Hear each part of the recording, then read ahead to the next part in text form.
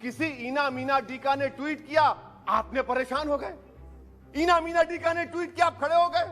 अरे कौन सी foreign policy है आपकी? भारत के अतराफ में जितने पड़ोसी हैं, चीन हमला किया, कौन सा एक पड़ोसी है जो चीन के खिलाफ बोलता है? बताइए। कोई नहीं बोलता, मुंह नहीं खोलता। का आगाज उस मुल्क का नाम लेकर करना चाहता हूं जिसका नाम लेने से हमारे मुल्क के वज़ीर आज़म डरते हैं और कांपते हैं। उस मुल्क का नाम चाइना है। और इस चीन ने 45 साल के बाद भारत और चीन की सरहद पर हमारे 20 सिपाहियों को मार दिया और उनकी मौत, उनकी शहादत रायगा जाने दे रही हुकूमत। जिस मुकाम पर इनको मारा गया था, उस मुकाम पर आज भारत की फौज PP4, PP8 तक हम पेट्रोलिंग नहीं कर सकते। आज अरुणाचल प्रदेश में चीन, भारत के LAC में चीन ने गांव को बसा दिया। ये सरकार चीन से लफ्जी तौर पर इस बात का एहतजाज करने की ताकत नहीं रख सकती कि आपने भारत के LAC के अंदर एक गांव को बना दिया। नकुला सिकम में चीन घुस रहा है। आखिर क्या डर है उस हुकूमत को और खास तौर से वजीर आजम को कि वो चीन का नाम लेने से डरते हैं?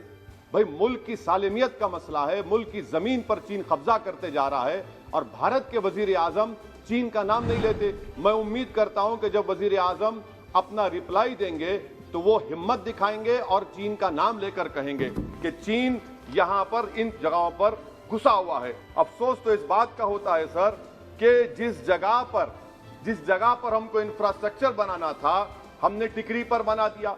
जिस जगह पर हमको वो इंफ्रास्ट्रक्चर बनाना था, हमने सिंगूर में बना दिया। जो इंफ्रास्ट्रक्चर की जरूरत थी, हमने गाजीपुर पर बना दिया, अरुणाचल प्रदेश में नहीं बनाया। आखिर हो क्या रहा है?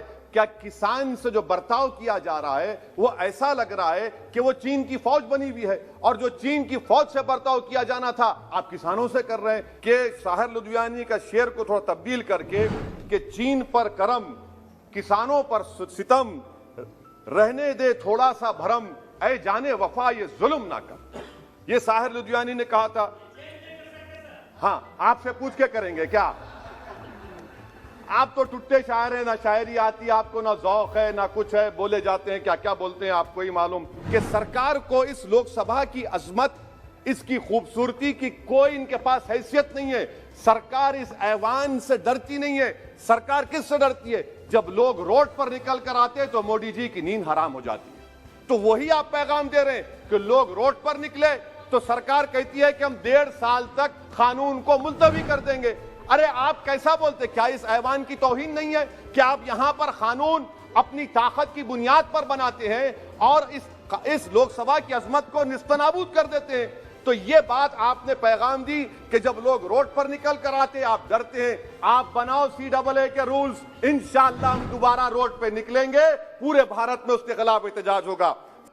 चौथा पॉइंट, आंदोलनजीवी, पैरासाइट। सर, जमहूरियत की बका के लिए, संविधान की बका के लिए आंदोलन करना जरूरी है।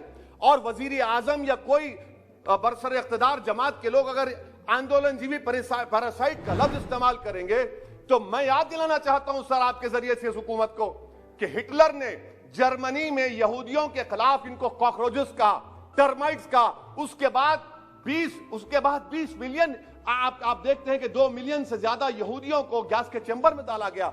इस तरह के अल्फाज इस्तेमाल करने से क्या आप भारत में वही जर्मनी की तारीख को दोहराना चाहते हैं?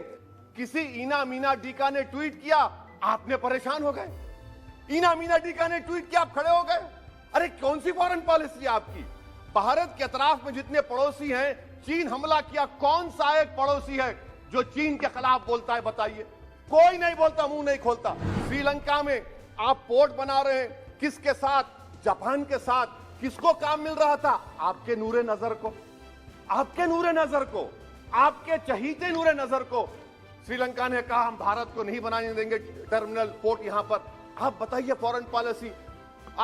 सर, नेपाल का वजीर आजम कहता है कि भारत से ताल्लुकात उस वक्त तक बहाल नहीं होंगे जब तक कि भारत नेपाल की जमीन वापस नहीं करता।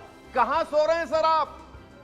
पड़ोस में कोई हमारा दोस्त नहीं है। चीन बांग्लादेश से कोविड की बात करता है, अफगानिस्तान से अमेरिका छोड़कर जा रहा है। क्या आपके पास कोई पॉलिसी है गनी हुकूमत को सपोर्ट करने की? आपके पास कोई पॉलिसी नहीं है। इस तरह के वायरल वीडियोस और देश और दुनिया की तमाम बड़ी खबरों के लिए जुड़े रहें अंधभक्त के साथ।